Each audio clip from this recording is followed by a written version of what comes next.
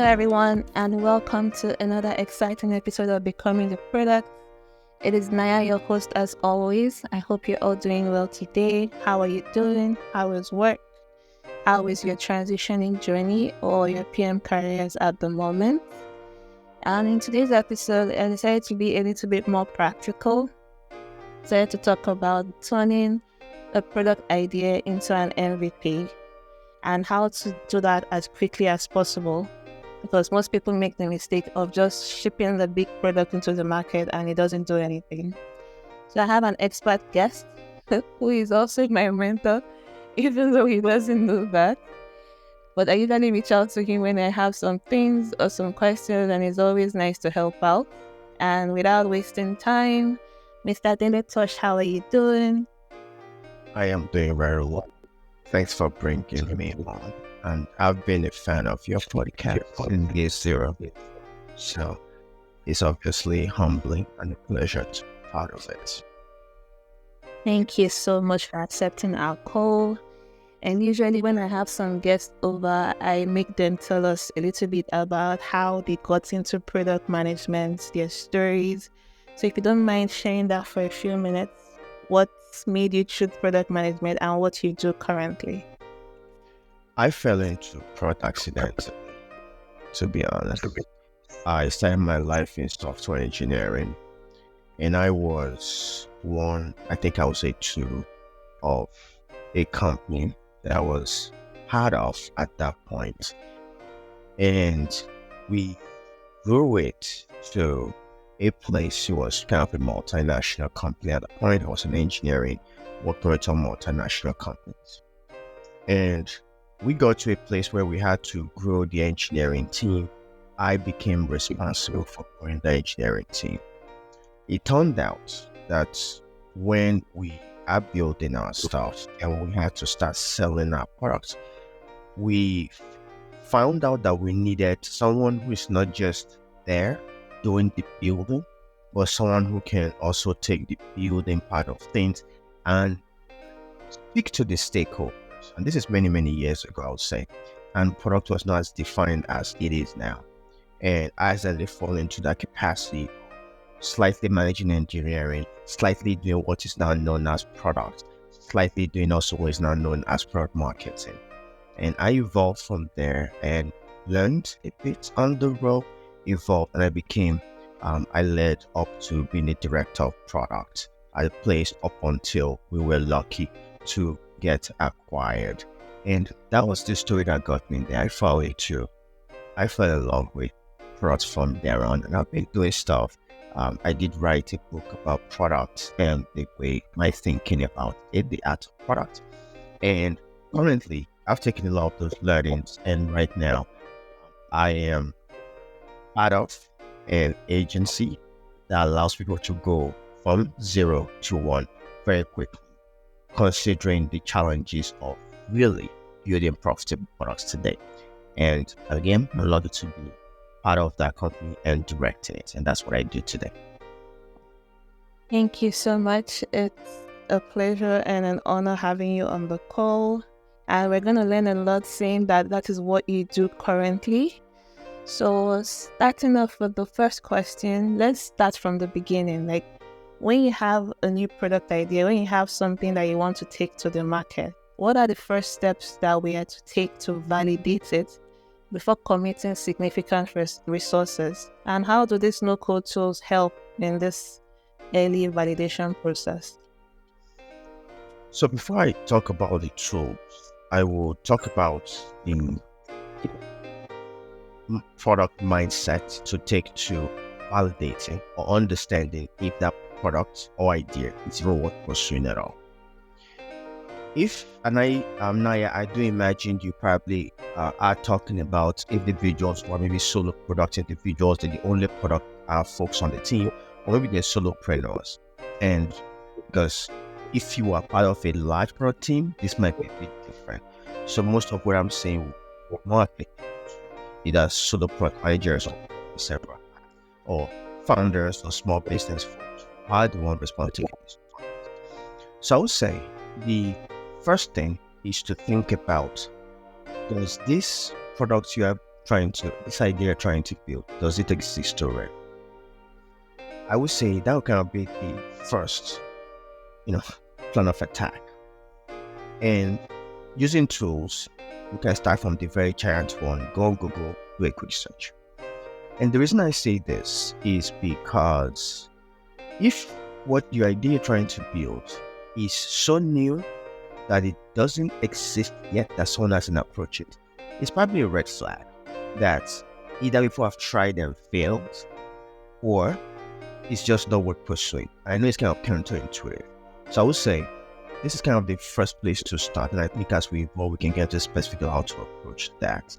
And the great news is, if you are able to find folks that have done this before, it may not be the version of what you are doing, but maybe they've done it in a different way. You can now lean on, I would say, their expertise and their mistakes to craft your space in the market. Because if you are in today's world, I don't think it's very practical to think anyone will be coming with anything new. And I think it's worth using the work other people have done to kickstart your own process. So find what other folks have done and figure out what is the angle that you would have to approach the market.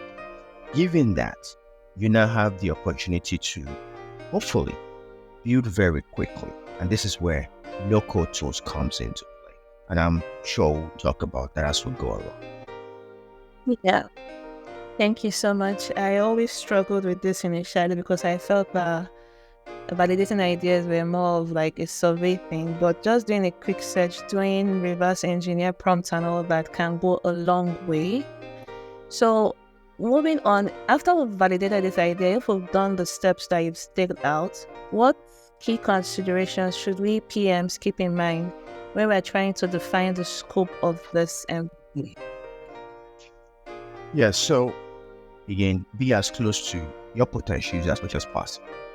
So I'm assuming while you are validating, you are doing some searches, you are seeing your competitors, you are going to many social places to see what people are saying about the product, right?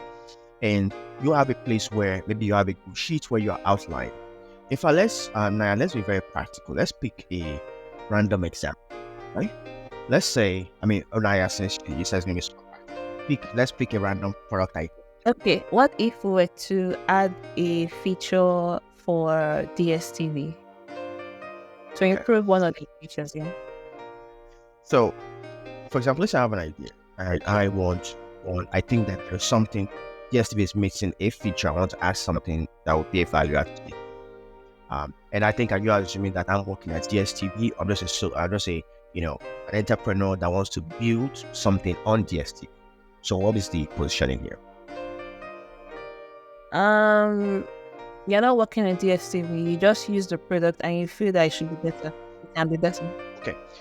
All right. So one immediate thing I'll have on Google. I'm going to install a plugin called Discussion Plugin, or it's Discussion Forum for, in this case, for. And what this would do is that when you do a number search, the number search you would do is going to just show you, what Google thinks and what people are saying about something. When you add this discussion plugin, when you do a search, it's going to search for all the conversations around whatever you are searching for on forums, social media stuff, What I want to find out is our job as PMs is finding problems and plugging or building gaps and solutions to that problem, and hopefully delivering that back.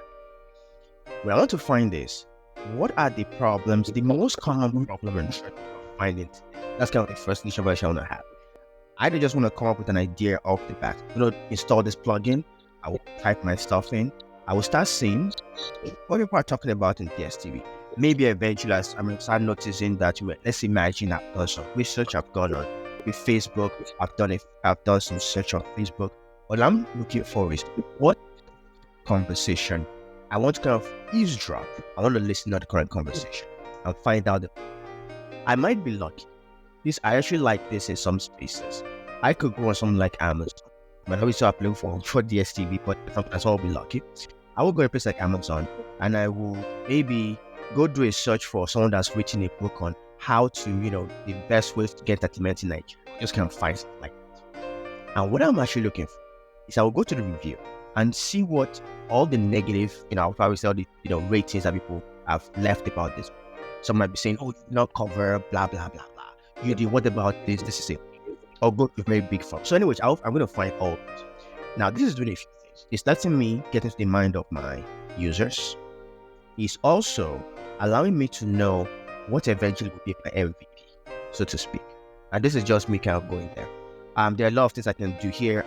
We can bring in a bit of AI. I'm going to take all these things I've done, I'll put into a spreadsheet. I'm going to grab that spreadsheet, convert it to CSV, upload that CSV, put it into like Claude.ai and ask it to kind of do a sentimental analysis for me. And very quickly with that sentimental analysis and kind of give me, and I'll write a few prompts to let me know that, okay, I am looking to solve the trend.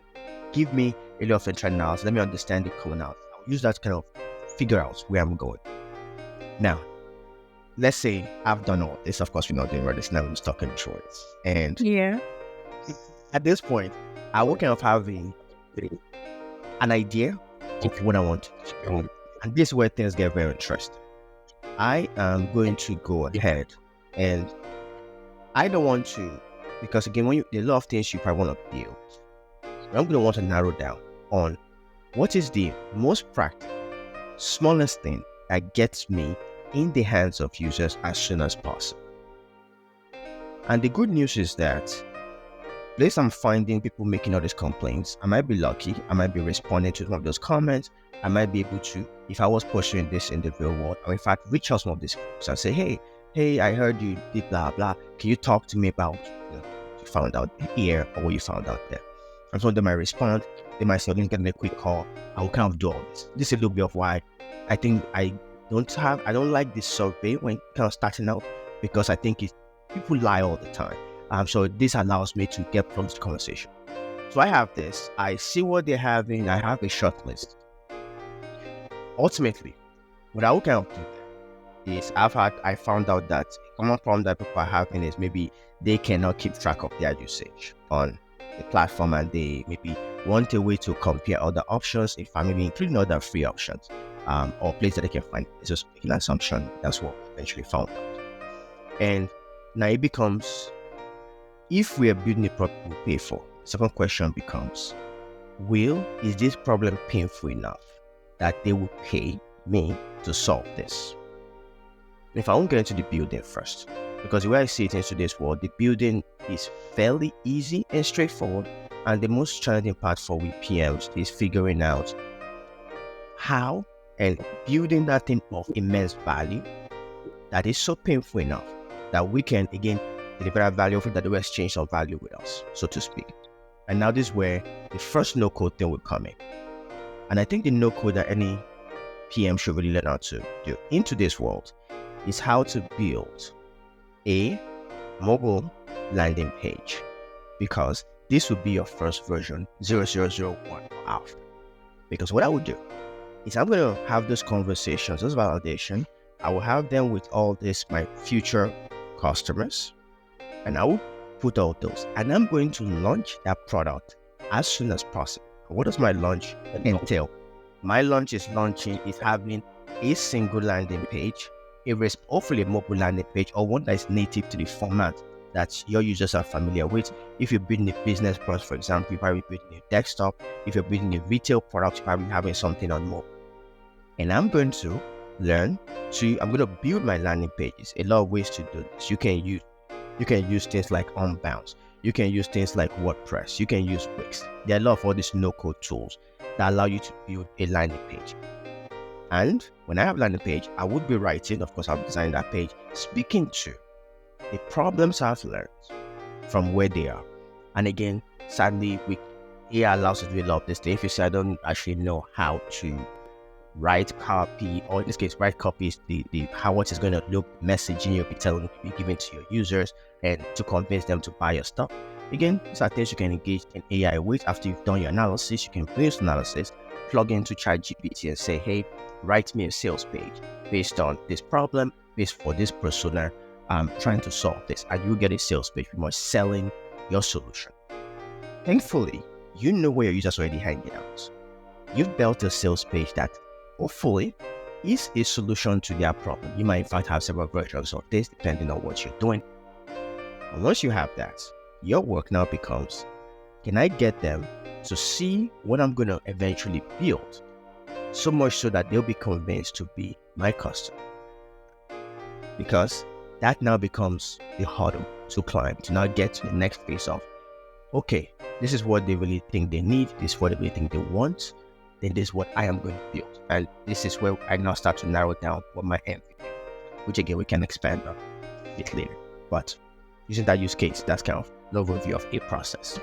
Yeah, thank you so much. My next question was kind of hindered on that, the tools, but you've already mentioned the ones for the landing page and Google. Are there any other ones that we could use to like help us build and test it? After we've now found out the problem, we've validated everything, and we want to push it out as quickly as possible. Yes, when we're ready to build, I see that there are really only pragmatic alternatives. You are either using something like Bubble.io or you're using something like FlutterFlow. I strongly recommend FlutterFlow versus Bubble. Bubble is a paid tool. You can start for free, to be sure. And when you start for free, eventually when you actually want to get your product to market, very strongly, you kind of have to start paying every month. Now, you might be successful right off the gate, and you might be able to break even and say, oh, I'm making enough money that I don't mind the cost of, and you can pay that amount. Well, the challenge becomes a bit that the second issue of the Bubble is it's a proprietary system that kind of locks you in perpetuity. And I don't really like that. And that will become coming from an engineering background, and I see that the ability for me to move away, either because they increase their price sometime in the future, or they just come up with some random policy changes, and you're kind of locked. You're a very successful app, and somebody said that we are increasing our price by 100%. You're not gonna say you're not gonna pay, because your app is just gonna go down if you don't pay. You don't have that choice, and that is something that makes FlutterFlow better in that regard. For one, is built on an open framework, which is Flutter. So with Flutter, you have the choice to actually own the product. In Bubble, you don't really own the product. You are kind of renting land in someone else's place. In FlutterFlow, you get the speed of being able to visually build your app. And in tomorrow, FlutterFlow says they're increasing their fee or they're doing all these things. You can just take out all your thing and take it somewhere else. Another interesting thing about FlutterFlow is that you can get into a place where you can start. It's very great for doing MVP. You could build your stuff, get out there. And maybe your app gets very successful and you want to maybe engage engineering to do a lot more stuff and they want to dive deep into more code stuff. You have a lot more of that flexibility with FlutterFlow because it's based on Flutter, kind of a open framework and language, so to speak, that you can have other engineers work on. So I found because FlutterFlow is significantly cheaper in the short and long run, in my humble opinion, than Bubble. And of course, it has better potential for scalability, and it's and that's my stuff. To be sure, Bubble also has its pro. It's a lot faster to get things going. It has a bigger ecosystem, so to speak. It's a lot more friendlier to individuals who are not very technical. But that cost and lock-in is just something I think one should think about strong. I heard of FlutterFlow a while back when I was doing my bootcamp. One of our teachers that mentioned it, and I kind of did research on it, and I kind of understand where you come from when you compare it to Bubble. But that being said, we have a lot of tools that are at your disposal. It's just to figure out which one works for you, and you can also take into consideration our feedback. So Dele, moving on, how do you determine what features to include in this initial MVP and which ones you want to save for later? Do you have a particular criteria that you use to make the decisions? It's a bit of some hacks and some hopefully some research and data that you've gathered in the initial phase, right? And hopefully when you are doing your validation, you have a way to gather feedback from actual users. Either that feedback is based on a mock landing page that you have that you're driving them to and seeing the interaction there on that page, right? Or it is based on you actually talking to a bunch of people and you noticing the trend, what they're asking for the most, right? And this kind of where you start crafting what would be the core of what you go live with first. Because everyone might be saying X is important, Y is important. But what's more important is, again, I know some product might not necessarily have a monetary figure behind it, but often you want to find a way to kind of pull a live session of folks, when I pull live support, just talk to them in a certain way to kind of see what starts coming up. And I think this is where you find the feature. And ideally, when you are building this, either you are building, hopefully you are building something in a quick no-code way. One of the things you want to kind of prioritize is what are those things that are core, that are your unique selling points. And I'll give an example of one that's a lot of PMs or people who are new to product can waste time doing. If you are building a feature, let's say in this case we are building this DSTV price comparison app or entertainment comparison app, right? Yeah. Ultimately, yes, we want people to be able to log in. We want them to be able to create an account. We want them to see all their features. But to be honest, these things are not what sets your app apart, right? Because if you are building those first few features, you want to get into the hands of users as soon as possible. And even if my thinking would be, well, a core feature might be the fact that they want to see, let's assume we've had this, that they want to log in, see DSTV, and they want to see all the other free entertainment options, one way or the other. So let's say I like to watch a soccer game or a football game that is going on. And when I put in that football game, it gives me that, okay, it's on channel this on DSTV, also it's on all these other channels on DSTV. Let's assume that that's one core thing that they find that they need. Often, to me, or the way I think about it is that I would be prioritizing access to something or building something like this versus building something like an authentication. And again, thankfully, authentication is a very trivial problem. When I say trivial problem, that is not something that one with cracking in on how to solve. It's kind of a solved problem.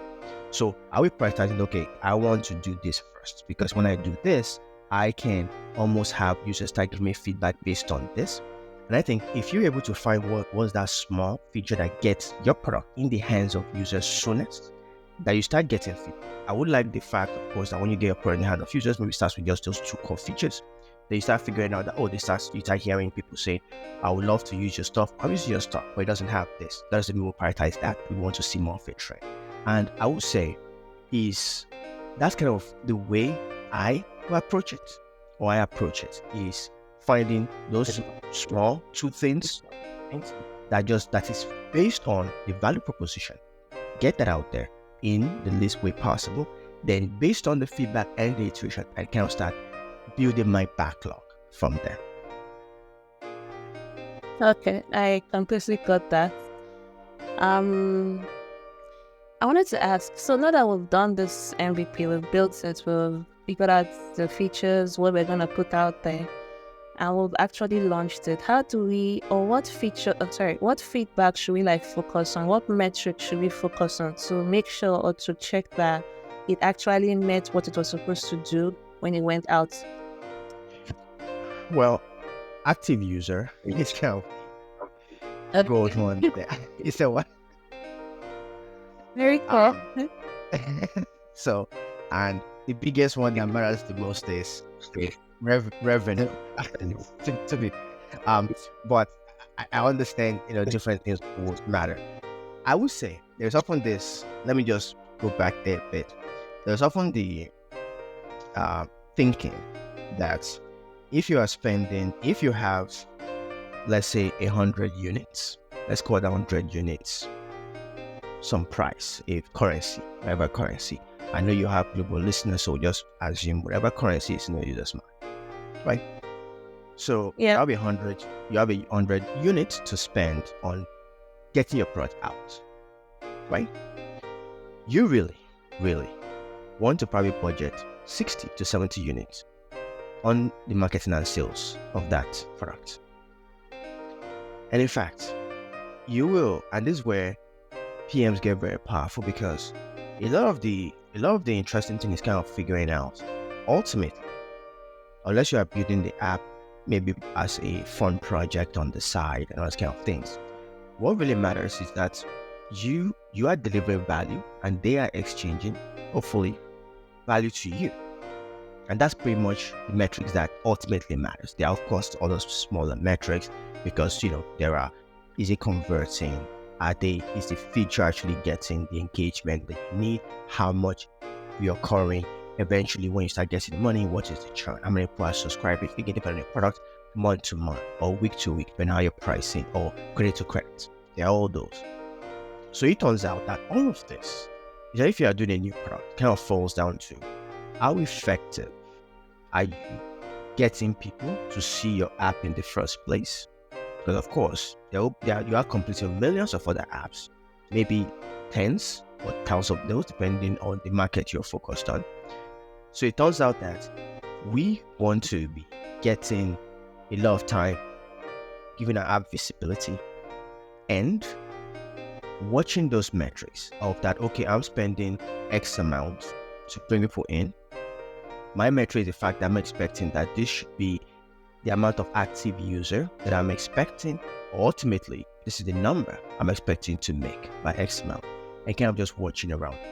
That's kind of what it comes to learn a bunch of stuff that you can take it from. Find the idea. I can quickly validate if it's what you're showing, and confident that you have many of these easier to access tools to quickly build the idea. And the biggest thing is that many of them might not work.